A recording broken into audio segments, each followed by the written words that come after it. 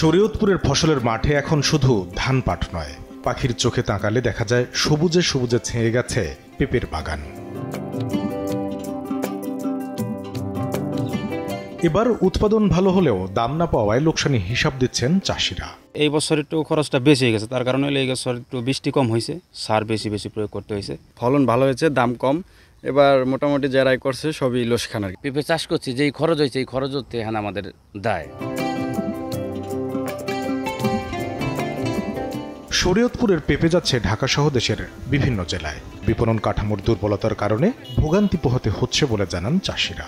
গাড়ি বেড়া কারণ বাজার নেই, মাদারপুর পাঠাই, আবার বরিশাল থেকে পাইকার আসে। গৃহস্থ এই বছর খুবই লসের মধ্যে আছে।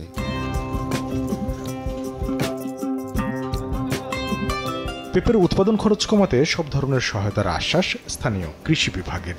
কি নতুন জাত বা নতুন টেকনোলজি আমরা যে আছে এটা আমরা তাদেরকে সাথে পরিচয় করে দিতে পারবো, যাতে করে পরবর্তীতে তারা সহজে কম খরচে তারা পেঁপে উৎপাদন করতে পারবে। কৃষি অফিসের তথ্য, জাজিরা উপজেলা সহ শরীয়তপুর জেলায় এবার 180 হেক্টর জমিতে পেঁপের আবাদ হয়েছে।